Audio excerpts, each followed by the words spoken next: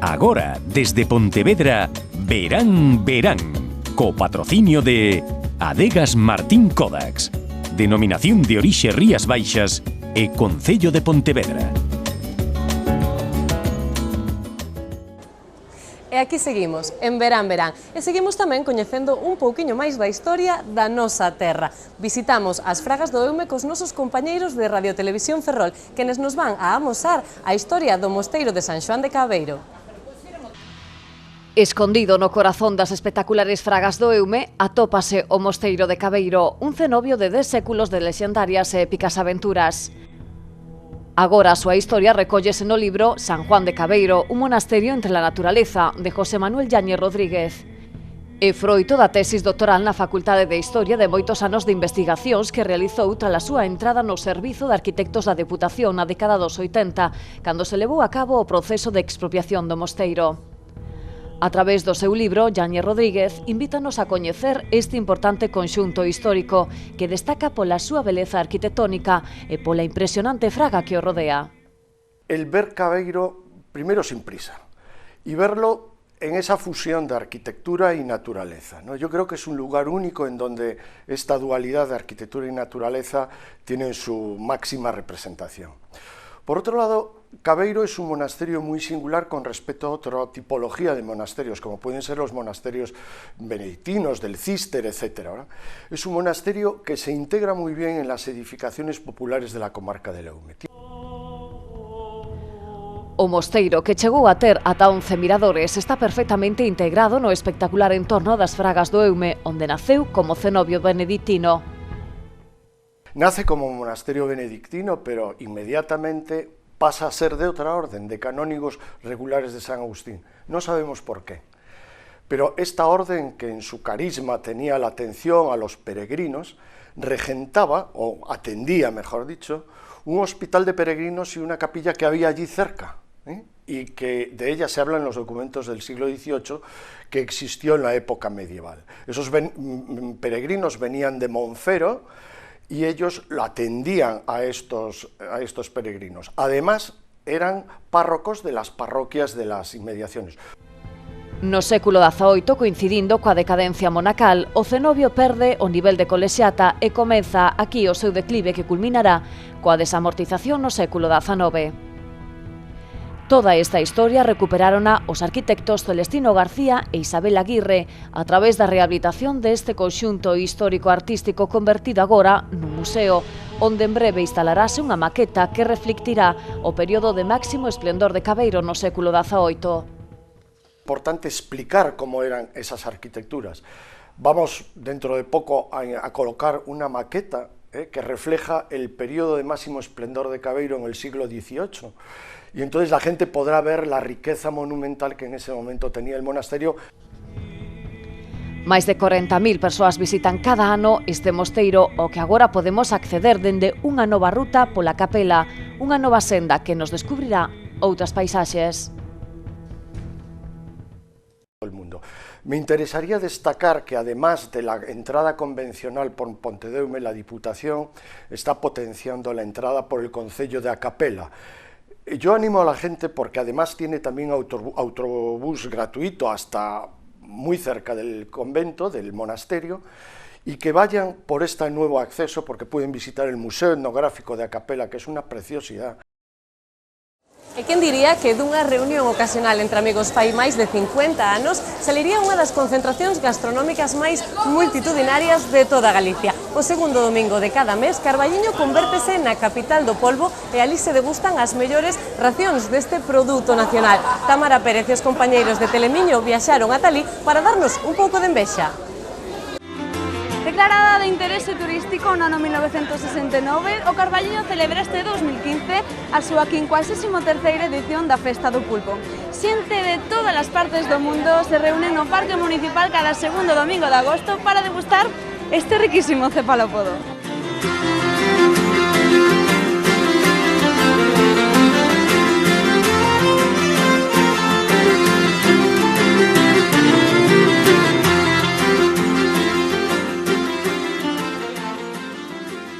Estou con Diego, Diego, concelleiro de Cultura do Concello de Carballiño. Moi boas tardes, Diego. Boas tardes. Desde os anos 80, non, esta festa se ven dedicando a diferentes cidades latinas e europeas. Este ano o caso da Coruña, por que? Bueno, Coruña ten un vínculo con Carballiño da época do liberalismo, compartíamos moitas cousas, formos unhas cidades que sempre buscaron a liberdade, teñen un concepto da súa poboación moi similar, entón este ano, pois, aproveitando que Coruña tamén volveu a ser unha referencia agora turísticamente e que ten moito tirón, pois nós tamén compartimos esta festa con Iles como agradecemento tamén. A Coruña vive moita xente do Carballiño e agardamos que manteñamos unhas boas relacións, que a todos nos vaya ben e que nos visiten cando queiran. Es el cuarto año que venís desde Cantabria a Carballiño para degustar el mejor pulpo de todo España. Del mundo mundial. Es verdad, es cierto, es la cuarta vez que venimos, vinimos una vez para probar, veníamos de Pontevedra, paramos porque era la fiesta, que nos lo habían dicho, y es el cuarto año que venimos. Mira, o pulpo é o que máis me gusta, a comida que máis me gusta. E como me veña a fartar de pulpo aquí ao Carballiño, home, casi me gusta máis que as mulleres, Canto traballiño levan hoxe todas as pulpeiras, Máis do que queremos, amiga, pero que lle queres? O que algo quere, algo lle gosta. Pois os pulpeiros non dades feito. Eu quería saber cantos kilos máis ou menos se precisarán entre todos para abastecer aos visitantes. Uns 25.000 kilos. Madre mía. Eso non sobra nada, deso non queda nada, non sobra. Non sobra. Pero é moito pulpo. É moito pulpo, sí, pero calculan uns 300, 400 por caldeira. Suma. De onde son? De Ourense. Ai, pero sendo de Ourense, como é solamente a segunda? Porque coincidía outras cousas. Pero estaba o pulpo, que lles parece? Moi bon. Sí? Moi bon. Vindes de Vigo e a primeira vez que asistides a esta festa e así a primeira impresión como a levades para lá? Moi boa, a verdad es que estou encantada. Penso volver o ano que ven. Yo vine a los 3 años, desde los 3 años a los 9 años, porque mi madre venía aquí a Las Aguas. Entonces esto era un pueblo con 5 casas. Te estoy hablando del año 56. E aquí no parque había tanta concentración, Aquí tanta xente? Esto era un monte, de aquí non existía esto. Pero a festa, onde se celebraba? Era aquí ou como era? No, Era tan en el año 58, en el 56 no existía la fiesta del pulpo.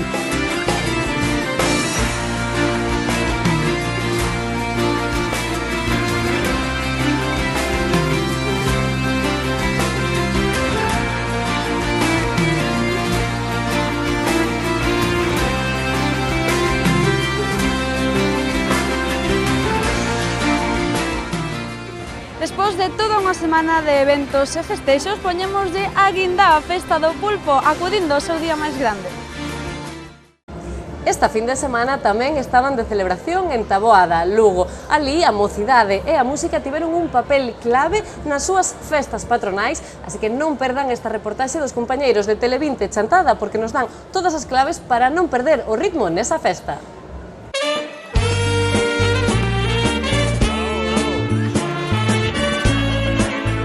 San Pedro, na parroquia de Taboada. E con esta camiseta que acaban de ver temos pasaporte para días de troula e festa rachada na vila de Taboada.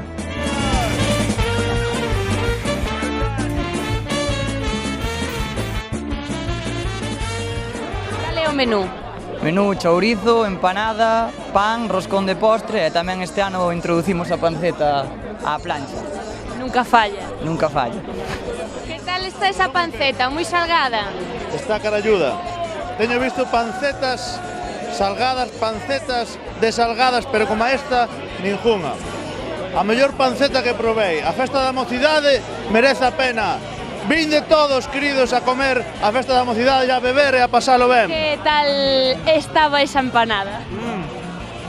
Estaba boísima, espectacular. De que? De carne. Empanada de Taboada. De Taboada, a mellor empanada de todo Lugo. De onde ves? De Pontevedra, os dous de Pontevedra. Como vistes parar aquí a Taboada? Pues es el tercer año que vengo ya. Por familia de familia, pues aquí estamos. Venimos un año por venir, a ver qué tal, y ya el tercer año que repetimos. Moita troula aquí en Taboada. Sí, moita festa, sí. Que vides ver os cuchufellos, comer empanada, que é o primordial? Un pouco de todo, e pasalo ben sobre todo. Moi ben. Encantados que siga a xuventude de Taboada ca festa da mocidade. Xuventude hai? Xuventude moita, é boa. Así dá gusto. Bueno, que tal aquí que estades á sombra? Sombra dun castiñeiro, claro. Pois moi ben, estamos no preludio da festa, xente comendo. Nos vimos aquí con moitas ganas, parecenos que é unha festa moi estimulante para a xuventude, sobre todo porque non é habitual que a xente acceda a estes grupos pola comarca.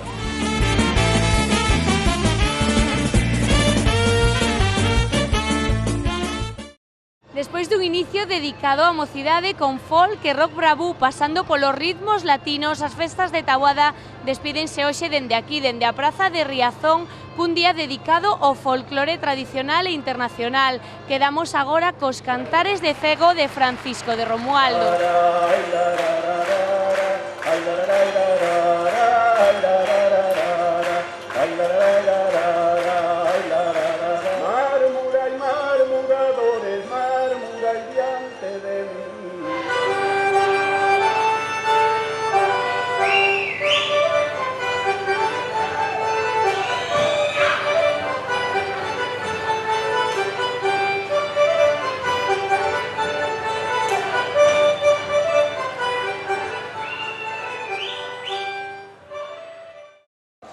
E para pechar o noso programa de hoxe teño a sorte de contar cunha parella de amigos da velocidade que seguro me van a saber cantar todas as curvas que teña esta entrevista. Iván Ares, Álvaro Bañobre, actuais campeóns galegos de rally e ademais neste momento segundos da clasificación provisional do CERA, do Campeonato de España. Moitas grazas por vir. Nada, gracias a vosotros. Bueno, vexo vos moi de rúa, onde deixastes os monos, o coche... Eu pensaba que me ibades a dar unha volta.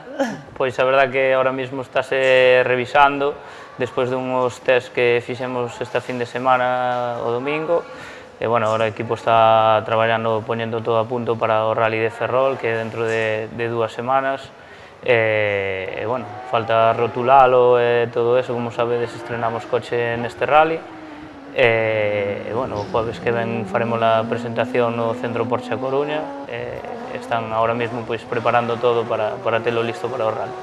Bueno, adiantaba eu fai un pouquiño, vos sodes os vixentes campeóns galegos de rally, pero decidistes neste ano 2015 dar o salto ao nacional.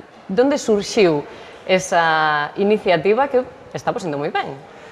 A verdade que, bueno, o noso equipo é un grupo de amigos, non? Que levamos moitísimos anos todos xuntos e, bueno, para nós o Campeonato de España era algo inviable e que estaba moi arriba para nós, non? Pero gracias ao esforzo de todos os patrocinadores, de amigos, pois dixemos, veña, vamos alá, vamos a intentalo. A primeira idea era solo participar en 2 probas, as 2 primeiras en Canarias, porque temos ali un sponsor, que foi o que nos axudou para poder estar ali, e, bueno, ca sorpresa que conseguimos un podium e un cuarto posto que nos metía no campeonato, non? Era unha pena parar, e, bueno, aí vamos a trancas e barrancas tirando, e a verdade que estamos moi contentos. Non esperábamos a metade do campeonato estar segundos clasificados, é moi perto do primeiro, e xa cunha vitoria, como foi a do Rally de Ourense, non? Así que os sponsors están facendo un grandísimo esforzo. De feito, ahora pois contamos con este coche novo, gracias a un deles, pois que quiso apostar forte por nós e poñer toda a carne no asador para que esta mitad de temporada poidamos loitar o título en igualdade de condicións. E nada, pois ahora a cambiar o plantexamento da tempada, e non queda outra que intentar loitar polo título. Bueno, xa o adiantaba Iván, Álvaro, o presuposto e os patrocinadores son básicos nos rallies, non hai axudas. Non, efectivamente, como calquer casi deporte a día de hoxe, as institucións non están moito pola labor de facer grandes inversións no deporte, a non ser que sexa, bueno, algún deportista de gran élite. Pero, bueno, como di ben Iván, temos a sorte de que un grupo de xente que ao empezar este ano a temporada e vendo os resultados que íbamos obtendo xa con un podio nas illas, e logo ao vir a Península no Rally de Córdoba un segundo posto, nos Rías Baixas outro segundo posto. Entonces, carreira a carreira, pois este grupo de xente e algún máis colaborador que se ven apuntando, pois van colaborando para que intentemos estar ao máximo nivel e cos mismos medios que están tendo os pilotos, digamos, profesionais deste deporte. segundos nesa clasificación provisional detrás de Fuster.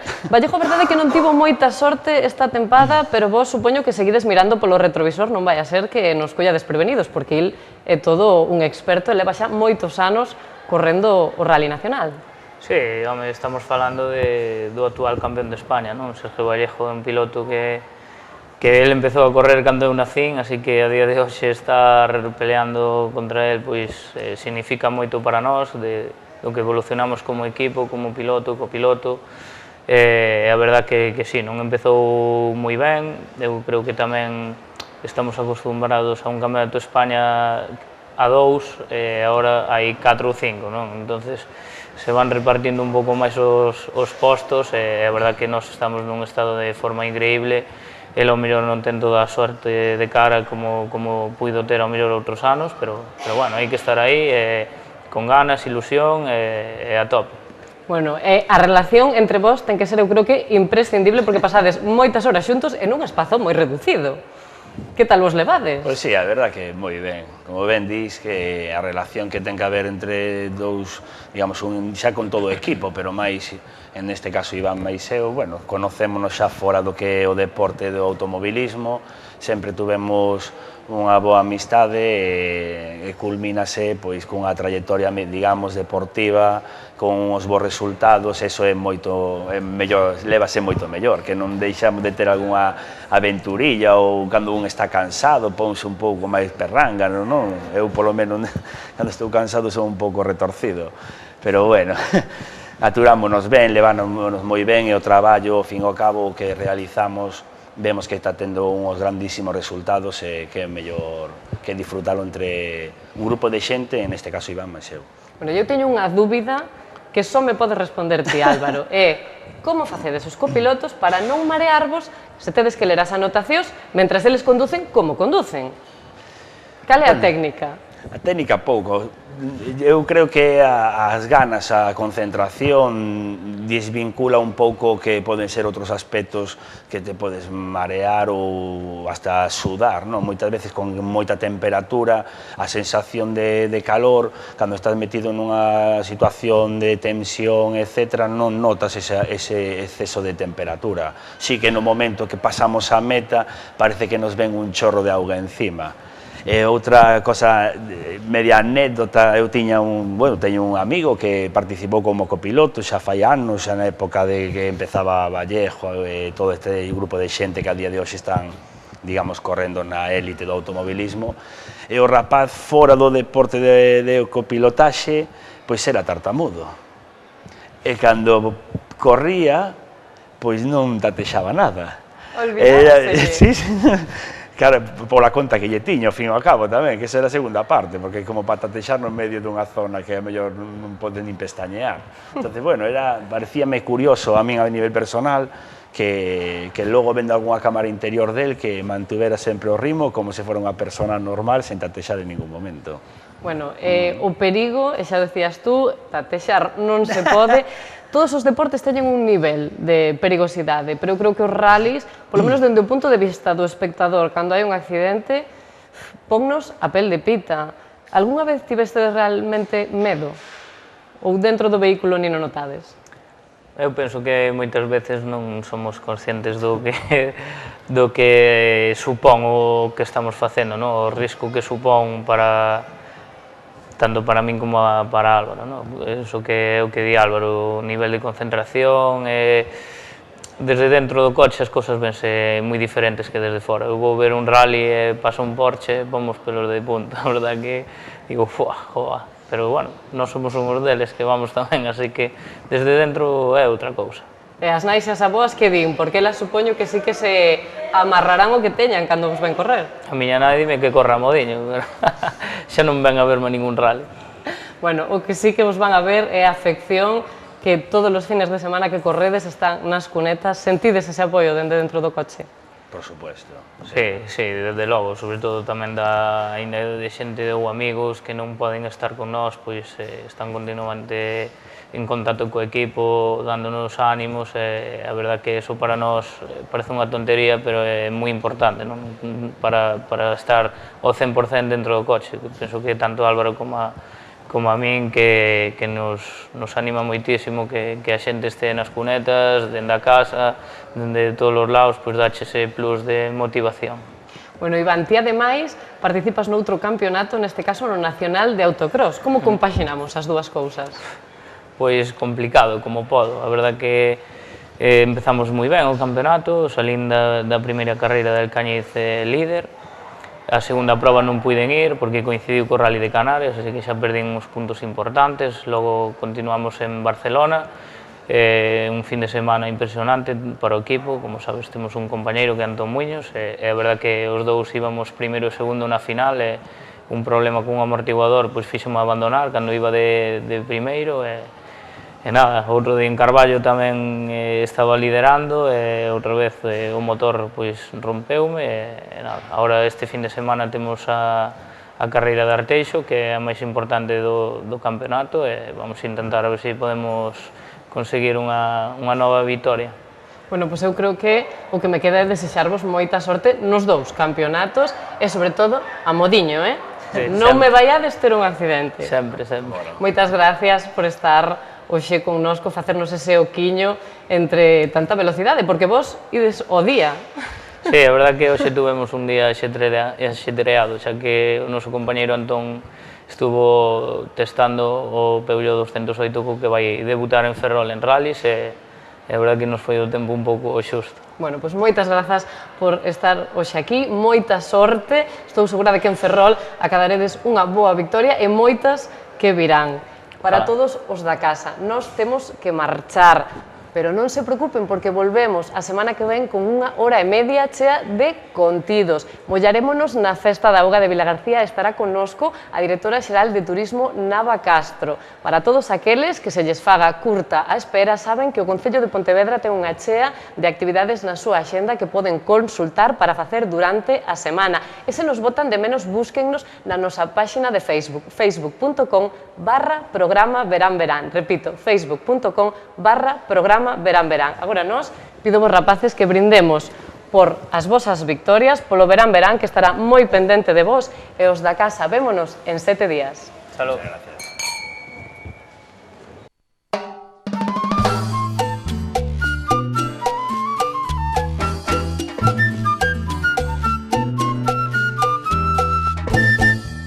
Siempre que te pregunto que cuándo, cómo y dónde, tú siempre me respondes, quizás, quizás, quizás. Así pasan los días y yo desesperando, y tú contestando, quizás, quizás, quizás. Estás perdiendo el tiempo pensando, pensando por lo que más tú quieras. ¿Hasta cuándo? Dime, ¿hasta cuándo? Y así pasan los días y yo desesperando, y tú contestando, quizás, quizás, quizás.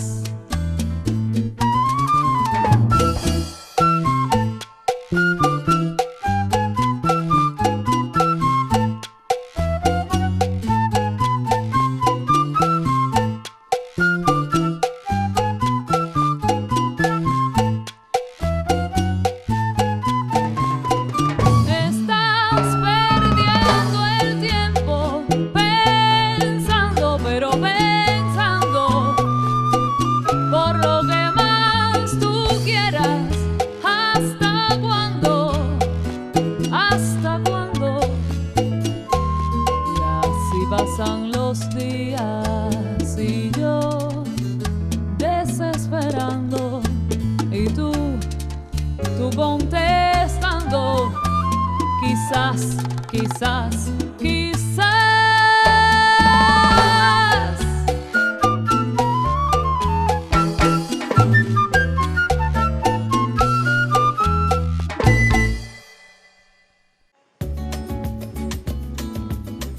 Agora, desde Pontevedra, Verán, Verán, co patrocinio de Adegas Martín Kodax, Denominación de Orixe Rías Baixas e Concello de Pontevedra.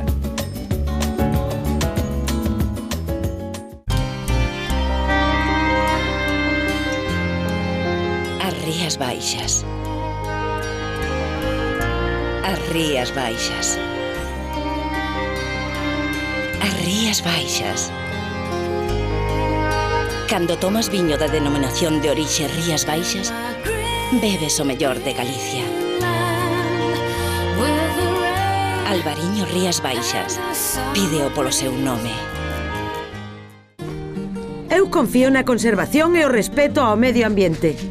Eu confío na pesca de boixura artesanal e selectiva. Eu confío no traballo feito con esmero e agarimo. Eu confío no mellor sabor e na máxima frescura. Confía na calidade e busca este distintivo. Pesca de Rías, de onde senón.